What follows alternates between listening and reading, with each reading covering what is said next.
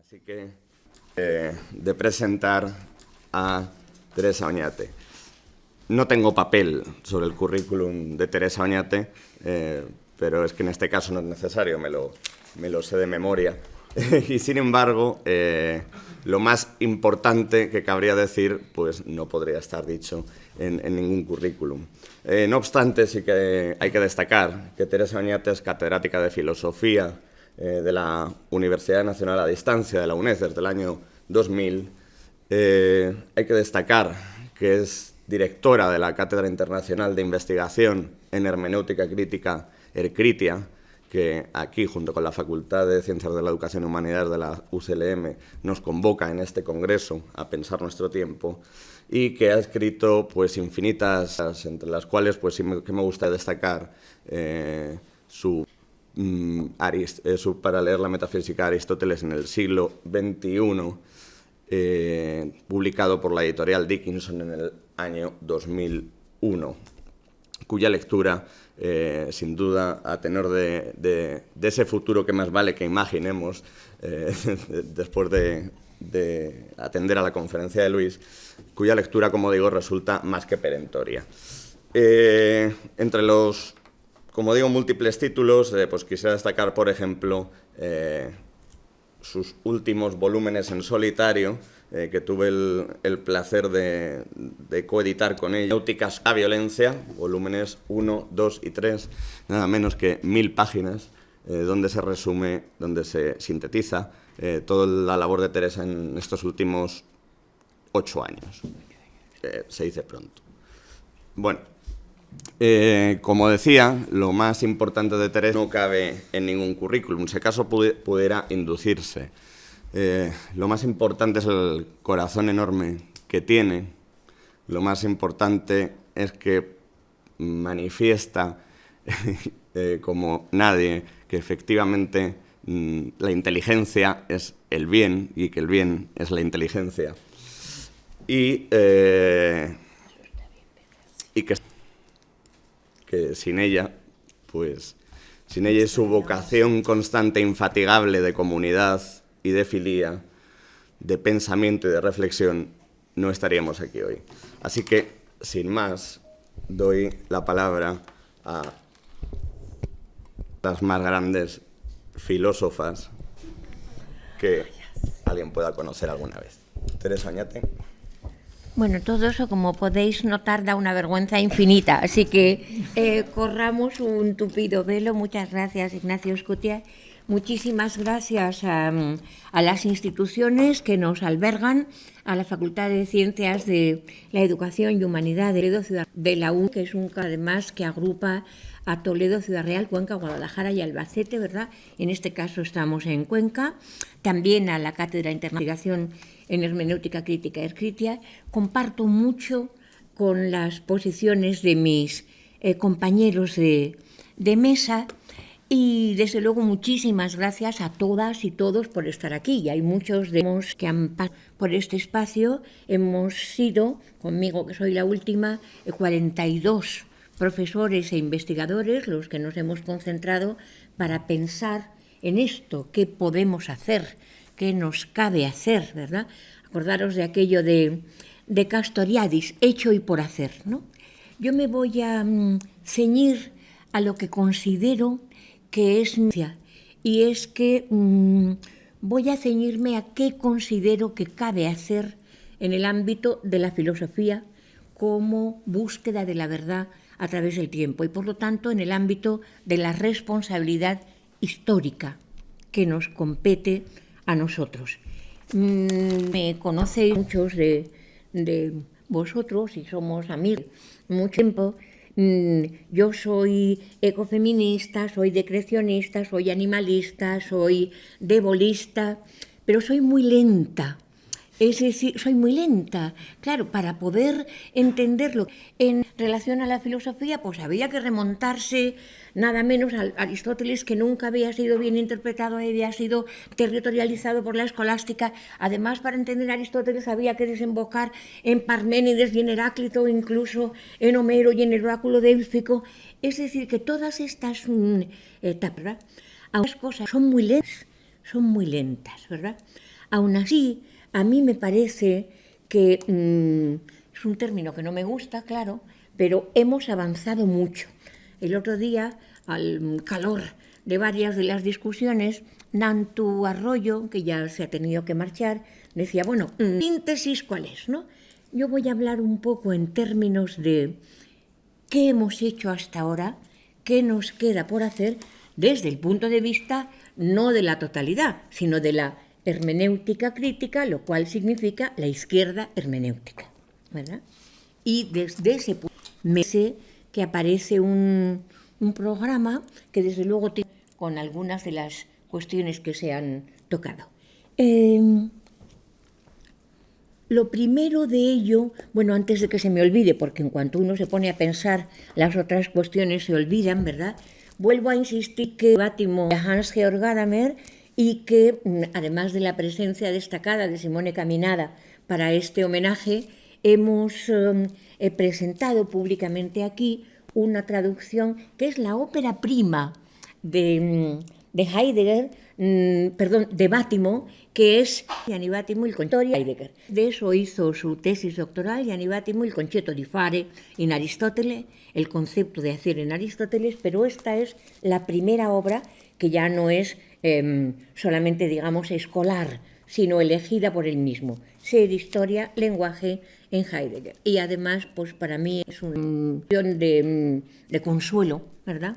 En medio del duelo de la muerte por mi hermana, el 31 de agosto de este año, el poder presentar esta traducción suya y mía y presentarla en este lugar que me parece un congreso lleno de amigos dado a la filosofía, a la amistad y a la comunidad, como decíamos ayer. Y luego un libro anterior que se llama Hermenéutica, Lenguaje y Violencia, en esta misma editorial Fénix de Sevilla, donde está también una contribución de las últimas escritas, una contribución del profesor Gaetano Chiurazzi, que tenemos la alegría de que esté con nosotros, también de Nacho Escutia, y además con una participación de la UNAM de México muy destacada. Hay un texto de Mariflor Aguilar, otro de Billy López, que también ha estado. Bueno, una vez dicho eso, que leamos, yo voy a intentar de una manera comunicativa, participativa, lo menos erudita que sea posible, lo que me parece que es justamente la tarea del pensar crítico filosófico, de la hermenéutica crítica, para decir Gadamer, con Heidegger, la hermenéutica crítica con Gadamer y con Bátimo. Todavía me acordaré para invocar a los que nos preceden por pietas y a los que nos siguen alentando, como Bátimo cuando le hacían en la Lectio di Congedo, se dice en Italia, al momento que se hace pública una ceremonia con fiesta, con reconocimiento de lo que se llama jubilación. Y Bátimo entonces se subió en la Facultad de Filosofía de Torino con un traje italiano. Él siempre es muy guapo, ya lo sabéis, pues eso. Entonces tomó la palabra y dijo: noi fanatici heideggeriani di sinistra, ¿verdad? Nosotros fanáticos heideggerianos de izquierdas. Bueno, pues ahí me sitúo y entonces, pues bueno, desde ahí hay una posición particular en relación al posmarxismo y en relación también a la ontología política y a otras cuestiones, ¿no? Pero si no, la dimensión feminista. Hay otro libro que os podría recomendar, que es el primero que hemos hecho en un grupo muy activo que se llama Glauca, como la lechuza de Atenea, y que estamos comunicados por WhatsApp, y este se llama Pandemia, Globalización, en los últimos colectivos que hemos hecho. ¿Por qué lo menciono? Porque el lugar común, esto era como si nos hubieran preguntado Basisaufklärung, ¿verdad?, que es la ilustración, y hubiéramos contestado nosotros a ese eslogan, pandemia, globalización, ecología, el denominador común de las intervenciones, que en este caso eran 30, ecofeminismo. Esto me pareció a mí particularmente interesante, sin que se hubiera puesto de acuerdo nadie en primer lugar. Bueno, pues vamos a la tarea.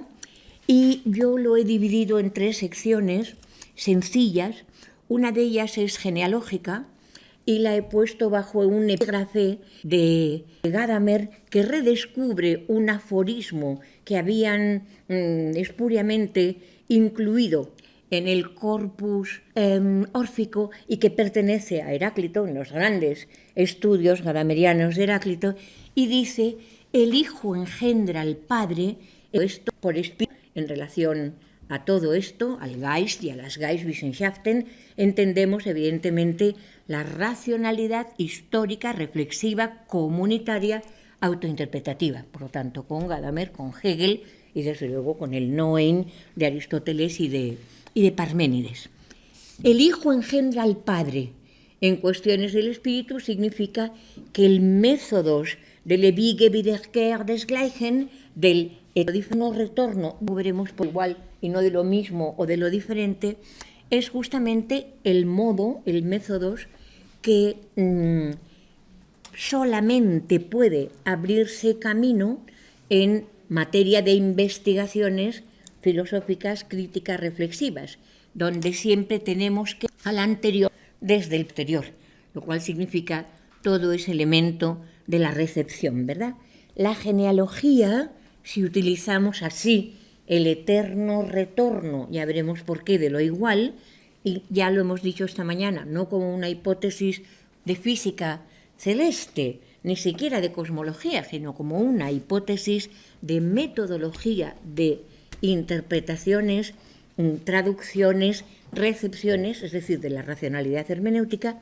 Ese método es el que dice que es el hijo el que mediante el reconocimiento establece el vínculo, el logos, en relación selectivamente a aquellos pasados que hereda y que recibe, ¿verdad?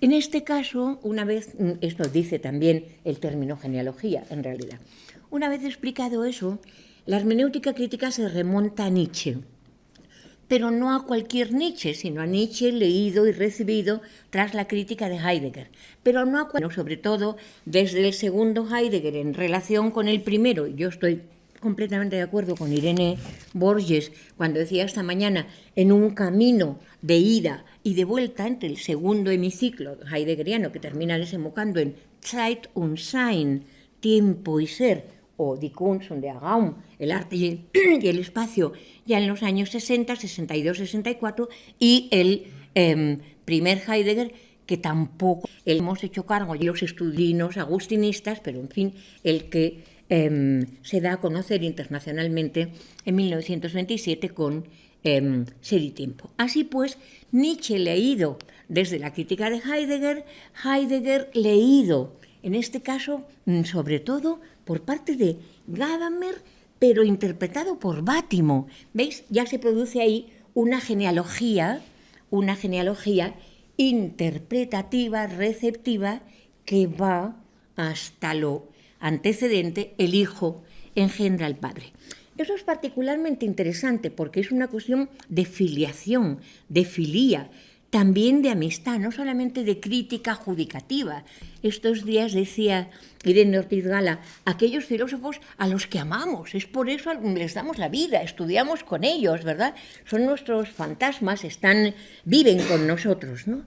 El elemento de la recepción gadameriana de Heidegger, bueno, se dice que no tiene tanto proyecto, que no es tan radical, que él mismo dice, yo tardé mucho en poder establecer Wahrheit und Methode con 60 años, porque claro, me sentía aplastado por la sombra de... Él que era un hombre altísimo, de casi 2 metros, y sin embargo la sombra de Heidegger, que era un pequeño individuo, siempre se asombraba a la gente de cómo era capaz de haber en retórica a todos los estudiantes de Freiburg o antes, ¿verdad?, cuando estaban antes con Nicolai Hartmann, que era un aristócrata bellísimo que se los llevaba por las noches a la bohemia de la Skellerie. Y aquel individuo bajito un poco, pues sin embargo era el que amedrentaba al pobre Gadamer, que se sentía aplastado por la sombra de este gigante. Claro que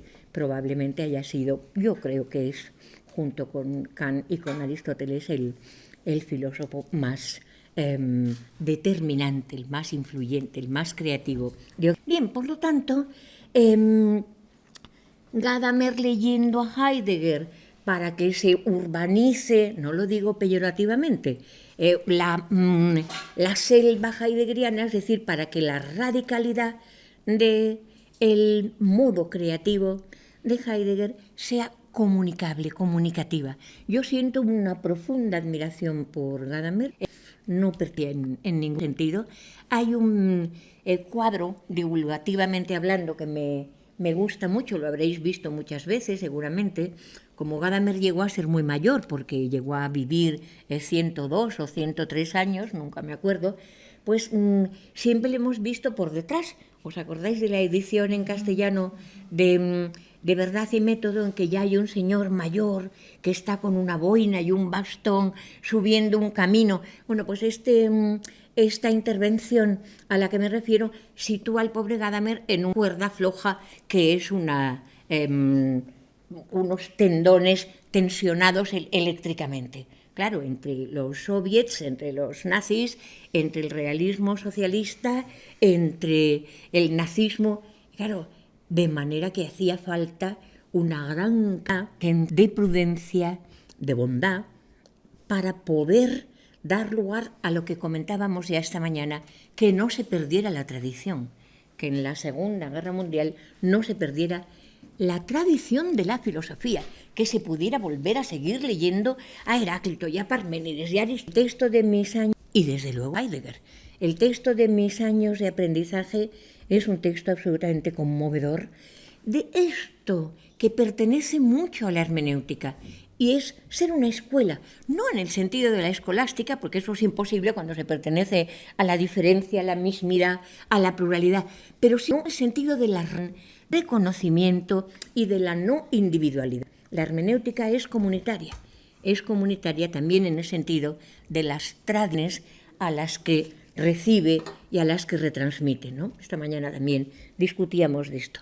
Pero claro, Gadamer también es discípulo más comunicativo, el más atractivo, el más capaz de carisma, que es Gianni Vattimo, desde el principio, en cuanto se conocen, porque Vattimo tiene una beca en Freiburg, ¿verdad?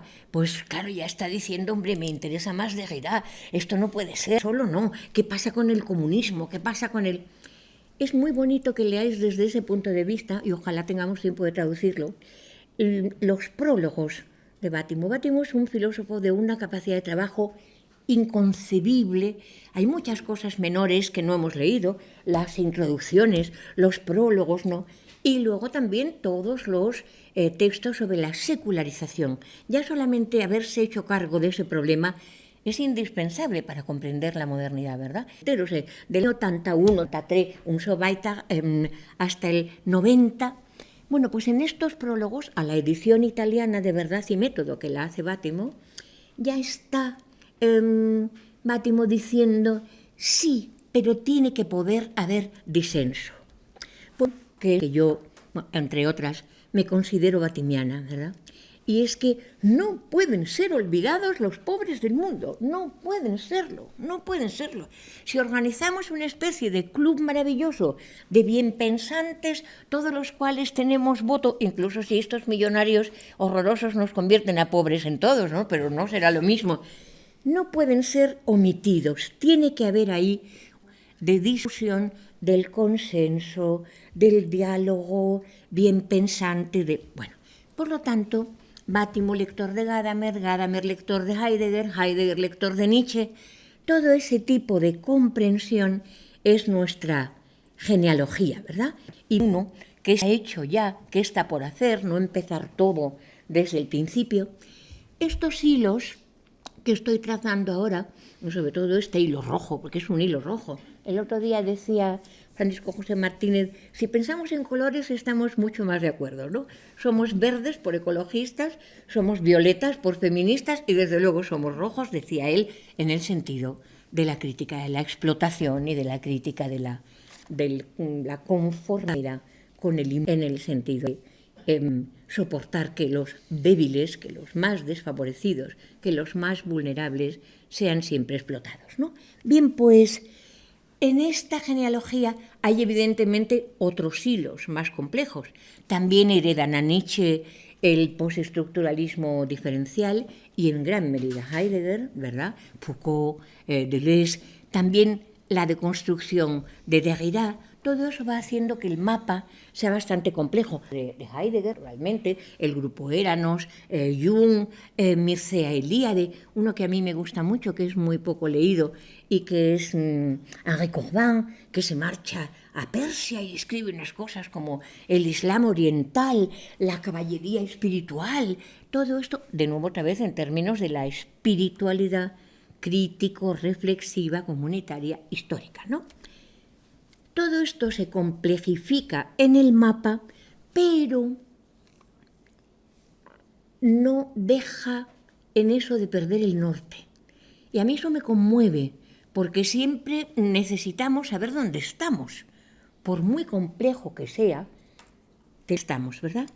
Estamos compartiendo una crítica común al positivismo, al historicismo, al desarrollismo, al individualismo abstracto y al antropocentrismo. Bueno, pues eso es bastante compartir, A la hegemonía de las ciencias que no obliga a dar cuenta, ¿verdad? Las médicas, las de la salud, las farmacéuticas, bueno, por no hacer ahora el elemento solamente de la crítica. Por lo tanto, crítica al positivismo, crítica al desarrollismo, el tiempo lineal, el progreso asesino, el Angelus Novus de Clay, la tierra que crece, desde el Fausto, ¿no? Alguien lo citaba el otro día, desde el Fausto de Goethe, que es capaz de decir, bueno, pues ni el amor, ni Margarita, ni la sabiduría, pero sí, desde luego, el progreso sí, y que maten a estos ancianos que tienen que pasar el tendido eléctrico, ¿no? Bueno, pero no nos distraigamos porque todo eso es tan fascinante que nos atraparía en cualquiera de las viñetas del cómic. En común, por lo tanto, esa crítica, que es la crítica del capitalismo ilimitado de consumo. Y tengo mucha gana de que indaguemos, bueno, hemos escrito varios también, sobre la conexión de capitalismo, indeterminismo, infinitismo, y por lo tanto, en ese sentido, en el de el nihilismo que no admite el límite, que no admite la finitud, que no admite la ontología del límite, por lo tanto no puede querer criterio. Eso no significa que además no sea una máquina de guerra suicida, como dicen Deleuze y Guattari, sino que es que está en su propia desestructura, ¿verdad? No poder admitir el límite ni el criterio. Bien, luego no estamos en cualquier parte. Además, la crítica, todo el pensamiento postmetafísico o pensamiento de la diferencia comparte esa crítica. También compartimos la superficie de inscripción.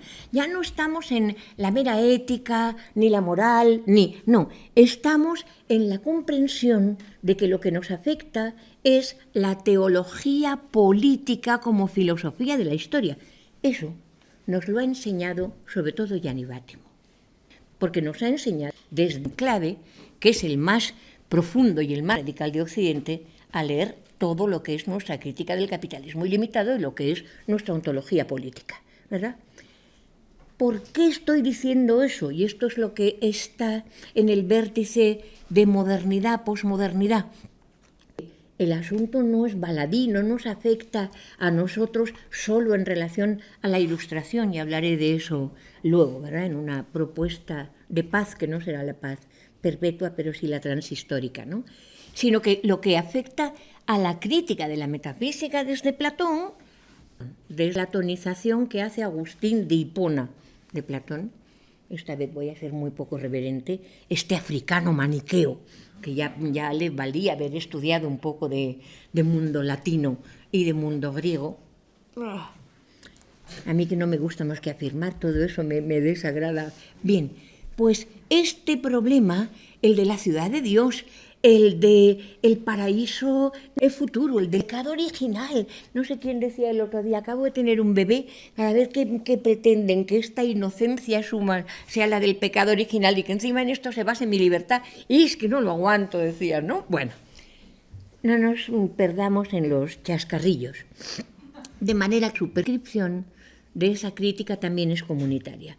es la del ámbito de problemas que afectan evidentemente a la ecología, evidentemente al feminismo también como debilitación de la violencia, pero sobre todo es el nexo entre la filosofía de la historia como teología política de la salva, luego secularizada, y un asunto que hemos desenvuelto particularmente mucho en la hermenéutica crítica, con mucho acierto desde mi punto de vista, y es el de lo que yo llamo la ontología estética del espacio-tiempo.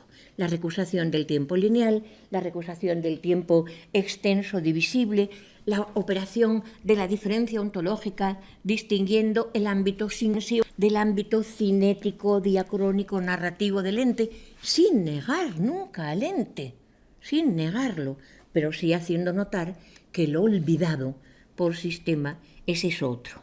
Bien, pues, visto así, cabe entonces, además del mapa, de la superficie de inscripción, de la comunidad, de la convergencia de la crítica, también se ha hecho ese trabajo, hecho hipótesis de los criterios. Gadamer nos ha legado la pietas, es decir, algo tan revolucionario respecto de la modernidad, desde mi punto de vista, como la asunción de que los pasados son posibles, de que hay futuro anterior, de que no están consumidos, sino que son como los paradigmas de la obra de arte, inagotables realmente en sus interpretaciones. Eso, por ejemplo, cuando lo traslada uno en Latinoamérica, es una enorme liberación. Enorme, no estaban acabados, no están cerrados. El pasado es posible, está grávido de futuro anterior. No todos, por eso hemos dicho antes esa determinación muy acertada de Deleuze, diciendo el eterno retorno es selectivo, pero desde el punto de vista de la hermenéutica crítica es selectivo respecto de lo que nos hace falta. ¿Qué es lo que nos falta, verdad? Bueno, a nosotros nos hace falta sobre todo pietas. Tened en cuenta que la pietas es una figura de heredad jurídica romana, de manera que ahí Gadamer protesta con mucha razón diciendo toda esta barbarie de la Ilustración, según la cual todos los pueblos anteriores y las culturas y los propios pasados de Occidente eran subdesarrollados, ingenuos, balbuceantes, malvados, equivocados. No. La propia Ilustración tiene que conocer sus presupuestos, tiene que conocer sus propios prejuicios, no naturalizar su racionalidad, y los pasados son pasados posibles. Lo otro, que es todo el asunto del pensamiento de la diferencia, no son solamente los otros, que también, los otros seres animados del planeta, que también, todos los vegetales, animales, todo el planeta, también son los pasados posibles. No están cerrados, no habíamos leído a Hölderlin, no habíamos leído a Aristóteles, En eso consiste, además, leer. Bien. Gadamer aporta la pietas, desde mi punto de vista, en conexión con los monumenta, todo el mundo lo conoce esto, con los monumenta de la paidilla que diseña la subjetualidad, y con la Wirkungsgeschichte también, en el sentido de aquellas determinaciones que son eficaces y que van dando lugar a la selección, sobre todo, de aquello en lo que nos educamos. Pero es muy interesante, espero no estar aburriéndoos, cómo la término pie no aparece en Gadamer, más que en el tomo 7 de la Gesammelte, el dedicado sobre todo a Grecia, y a la traducción de la Sebella socrática, que considera Gadamer que es piadosa en el sentido de la ignorancia. Eso es un asunto muy bonito, pero que nos distraería ahora. De manera que el que ha atribuido la central espiritual para leer a Gadamer la dimensión de pietas jurídico-histórica ha sido Bátimo. Eso es genial.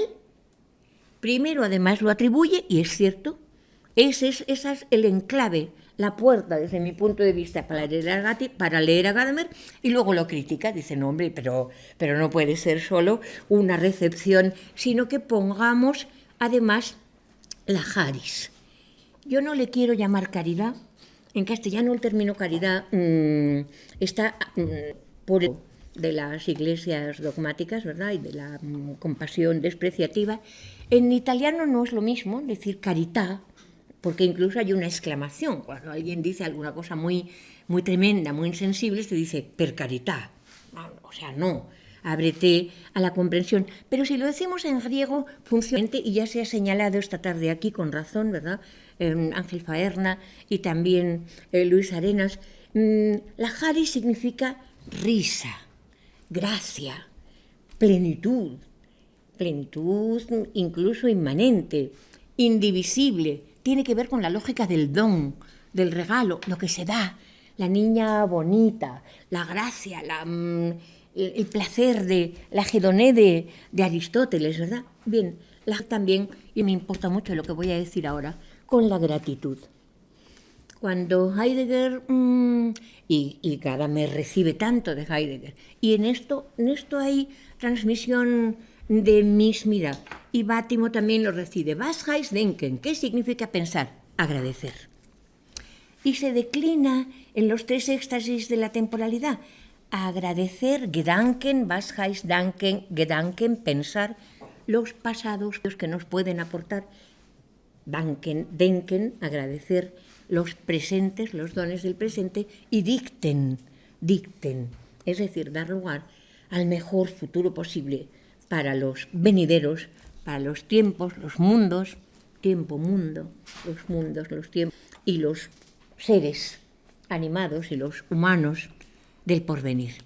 Pero en una dimensión con la que es muy cuidadosa la hermenéutica crítica, y no tanto el postestructuralismo y desde luego no tanto la deconstrucción, tampoco la neopragmática de Rorty, de Putman, que son también movimientos postmetafísicos de enorme interés. ¿Cuál es ese? El de la unidad que enlaza las diferencias sin incluirlas nunca en ningún todo.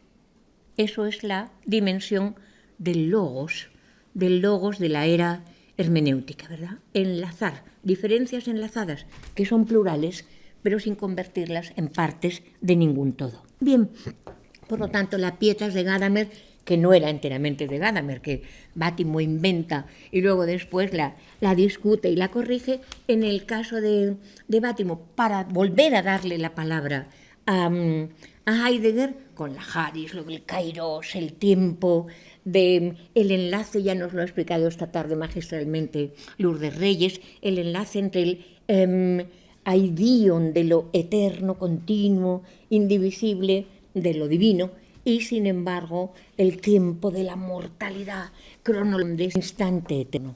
Pues el lugar por donde se cruzan la eternidad y la muerte, este es el ámbito del kairos, el de la gracia para todos nosotros, en la amistad, en el hacer el amor, en contemplar el arte, en la musicalidad, es decir, una mente humana.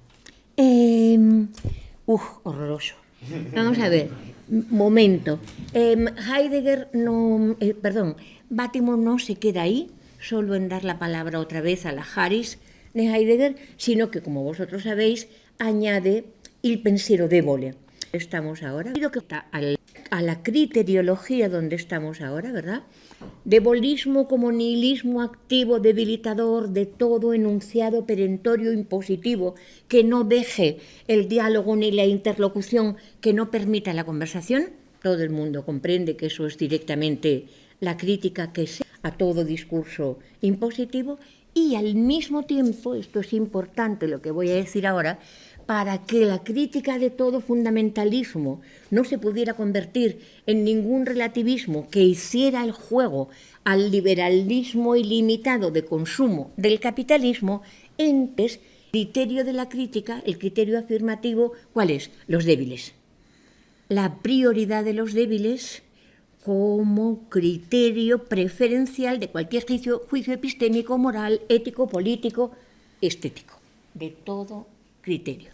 Bien, estoy a punto de terminar, y es a toda esta constelación, pues además del ecofeminismo del que ya hemos hablado, lo que yo considero que es bueno presentar en este congreso precisamente, que es la transhistoria, el momento de declarar una alianza tensional, naturalmente, de confrontación entre la modernidad. La barroca nunca ha estado puesta en cuestión, ¿verdad? No lo está.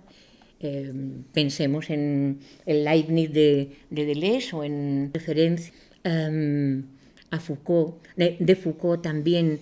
En fin, no puedo entrar ahora a cómo en la historia de la sexualidad o en la historia de la locura hay dimensiones muchísimo menos punitivas, menos penitenciarias, menos aisladoras. El barroco, insisto, no está...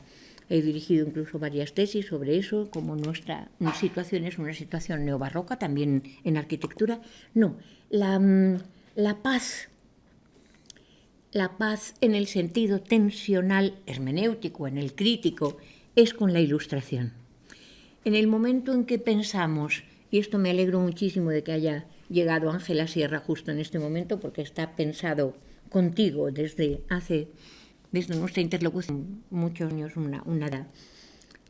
Y consiste en lo siguiente, ¿no? Si el pensamiento de la diferencia declina tengo que ir en esquema, los postulados básicos de la Ilustración, desde todo lo que acabo de decir, desde la dimensión sobre todo de atención a los explotados y desde la atención a los más frágiles, más vulnerables, son lo siguiente.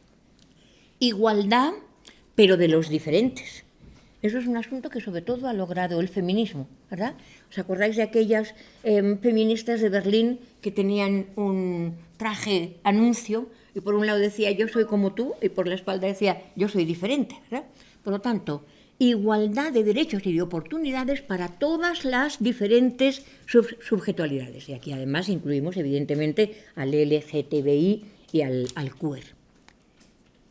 En el caso de la libertad, declinada. ¿Por qué razón?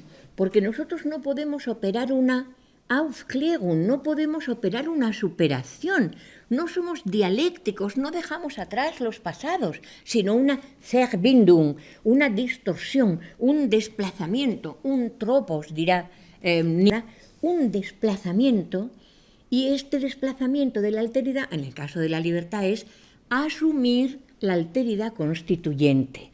No solo de los otros seres humanos, ni de los otros seres animados, ni del planeta, sino también de los pasados posibles abiertos a los que ya me he referido y algo, yo ojalá no me muera sin ver brotar esto, ya he visto brotar la ecología, nada sin la physis como naturaleza espontánea, soberana, autolegislada, nada sin los cuerpos no sometidos, ¿verdad? Y nada sin lo divino. Sin lo divino, lo sagrado, indisponible, sin la epifanía del misterio constante, cotidiano. Por lo tanto, una libertad delimitada por la alteridad constituyente. La fraternidad obviamente recoge estas dimensiones, no, ya lo he dicho antes, el club de los ricos occidentales, bien pensantes.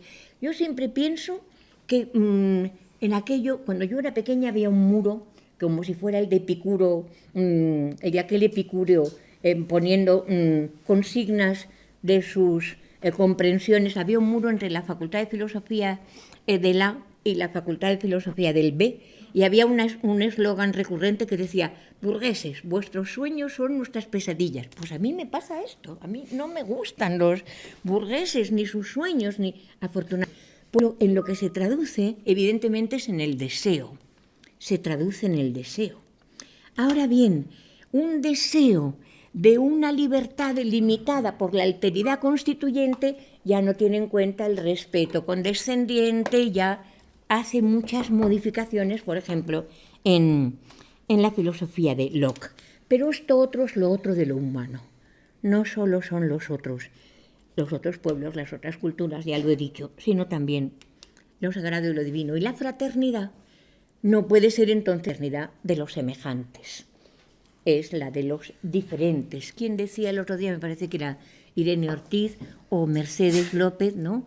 Una comunidad de extranjeros, donde todos seamos extranjeros, o aquello tan hermoso de Proust, ¿no? Ser extranjero en la propia lengua, porque de otra manera no se hará más que repetir las costumbres, como Almodóvar, quizá, no voy a entrar. Una fraternidad, por lo tanto, de las diferencias. Todo esto, naturalmente, converge también en la dignidad.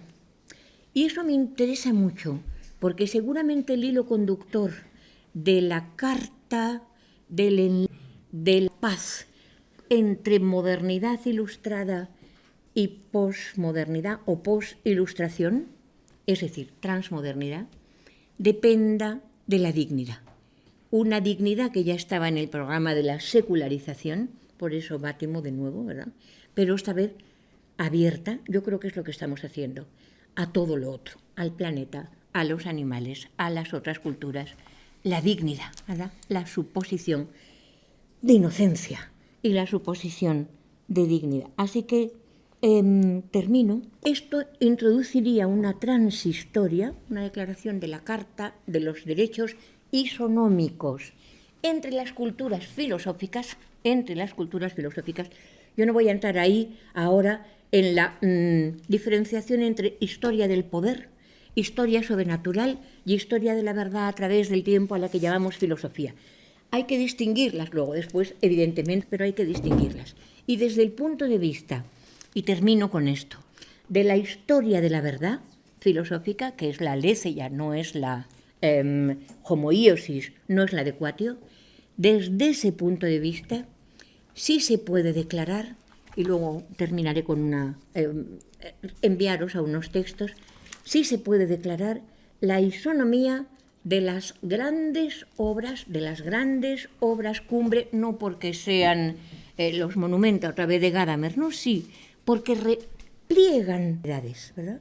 No es superior tiempo y ser a ser y tiempo, ni ser y tiempo a la fenomenología del espíritu o a la ciencia de la lógica, ni la ciencia de la lógica a las meditaciones cartesianas. Son cumbres, un paseo por las cumbres del tiempo, son cumbres de la filosofía y repliegan la epocalidad del pensamiento crítico. Yo creo que nuestra responsabilidad, por las dimensiones, nuestra responsabilidad histórica, por las dimensiones a las que me he referido y por no repetir el desprecio hacia los pasados, hacia los vivos, hacia las culturas. Yo esto también soy completamente debolista. Debilitar la violencia en todos los contextos y desde luego también en el de la historia. Muchas gracias.